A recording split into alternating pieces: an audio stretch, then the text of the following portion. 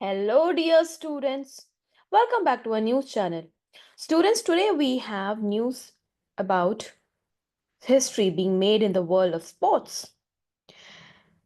Imagine being a young girl swimming in a small town's pool and dreaming big. Fast forward years later, she's not only an Olympic champion but also the most powerful person in global sports governance. Now, this sounds like a movie, right?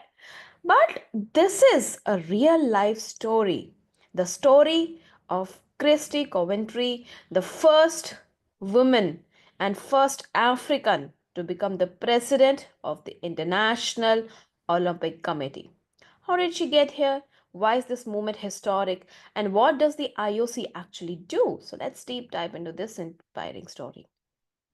Students, before we talk about Christy Coventry, we need to understand the organization she now leads, the International Olympic Committee, or simply IOC. Students, IOC was founded in the year 1894, more than 130 years ago. And it is the governing body for the Olympic Games, one of the biggest sporting events in the world. It ensures the smooth conduct of the Olympics and it also enforces rules and promotes the Olympic spirit of excellence, friendship, and respect. But what does it actually do?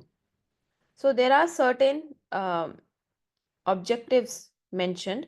First of all, selecting host cities.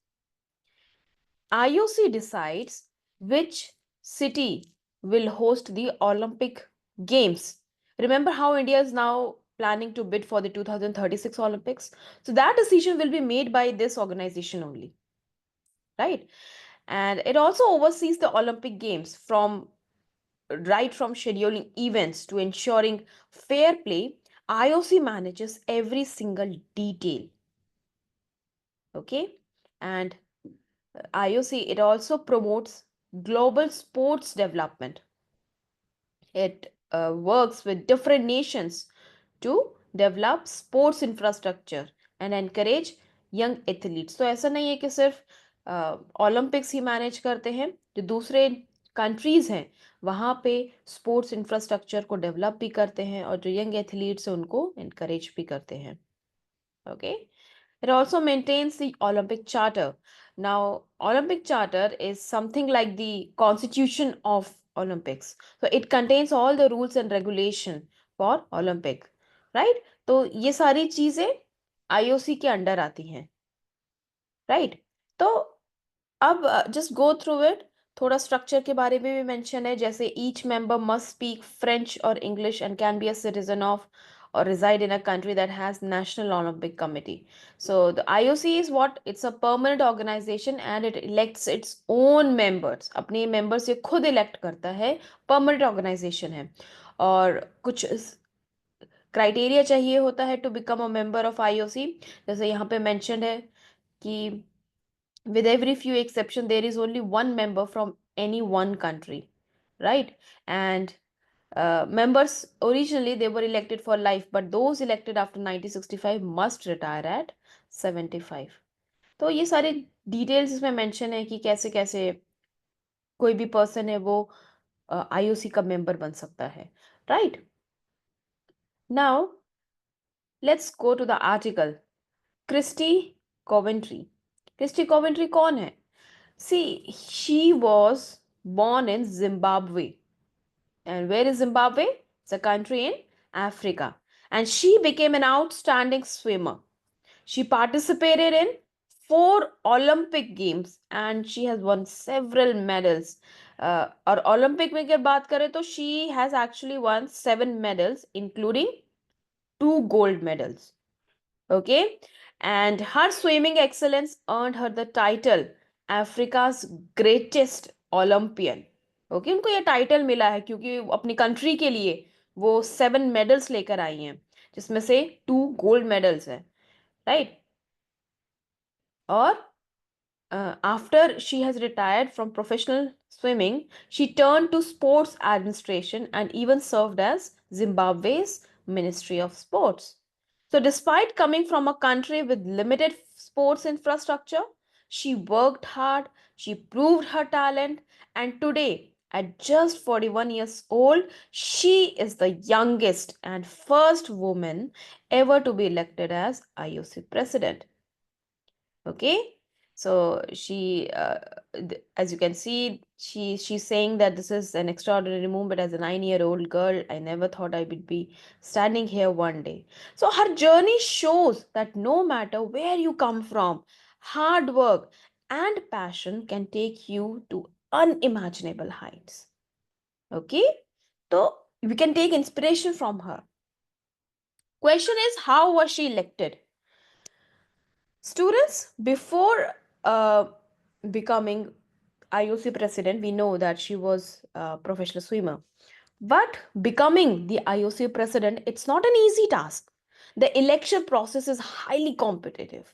Many believed the race would be tightly contested between Coventry and there was also Juan Antonio and Sebastian Coe, two experienced sport administrators.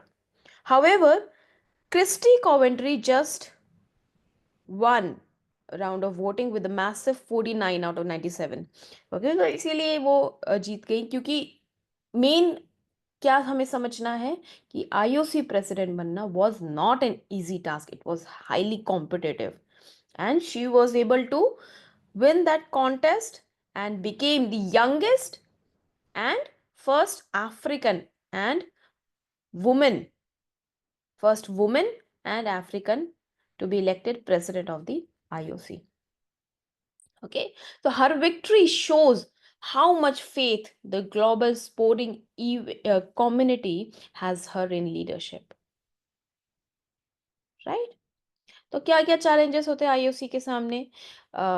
जैसे IOC need to focus on athletes' well-being, है ना? It also need to fight against corruption. See, world of sports has seen many corruption scandals. Okay, जैसे doping हो गया, match fixing हो गया. So Coventry promises zero tolerance for unfair practices. तो ये सारी चीजें हैं जो हैंडल करना होगा as IOC president. Okay, now this victory is also part of a larger movement where women are breaking barriers in sports governance. Okay, जैसे फातिमा सामूरा है, she became the first female secretary general of FIFA. Serena Williams, the tennis legend, has spoken about gender equality in sports. So their contributions show that women are no longer just competing in sports, they are also leading it. Right? And what lessons can we take from this story? That hard work always pays off. Okay, so Coventry started as a young swimmer in Zimbabwe and she reached the highest level in sports governance. Moreover, leadership has no gender. जरूरी नहीं कि women हो या men हो. It has no gender. And most importantly, students, dream big. No matter where you come from, you have to start dreaming big. Even if you belong to a small country or to a small village, if you have talent and determination, you can reach the top. Right? Now let's go to the next article that we have is regarding UAVs. So recently, two Chinese UAVs were spotted near Japan, Okinawa, which caused alarm. But question is, why are UAVs considered less threatening than fighter jets? Okay. First reason is they are unmanned. No pilot means no risk of human casualties. They are cheaper. Countries can actually afford to lose them. And they can be used for spying because many UAVs they carry cameras instead of weapons. However, UAVs can also be misused. And India faces challenges from UAVs, and that is what this article is saying, that what are some of the risks and rewards of using UAVs. So unmanned aerial vehicle, जिसको drone भी कहा कहते हैं। तो अभी recently जैसे India में भी बहुत सारे इवेंट्स हुए थे, जैसे Pakistan uses drones to smuggle arms and drugs, है ना, तो क्रॉस बॉर्डर पाकिस्तान यूज करता है। Bangladesh is also increasing surveillance using drones. So what India needs to do, India needs to develop cost effective solutions to counter UAV threats without escalating conflicts. All right, so just go through this article कि क्या क्या चीज़ें mention है regarding UAV के।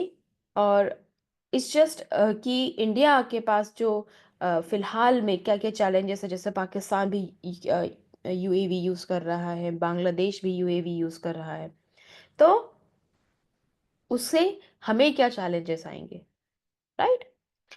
So students, that's all for today. We have covered history and role of IOC, inspiring journey of Christy Coventry, and how UAVs are shaping military strategies today. Okay, so whether in sports, politics, or technology, the future belongs to those who dare to dream big and work hard. That is what we can learn from today's story of Coventry. Right? So that's all for today, students. I hope you enjoyed this deep dive into a historic event. Remember, knowledge is power, and staying informed makes us all smarter citizens of the world. So until next time, stay curious. Bye bye.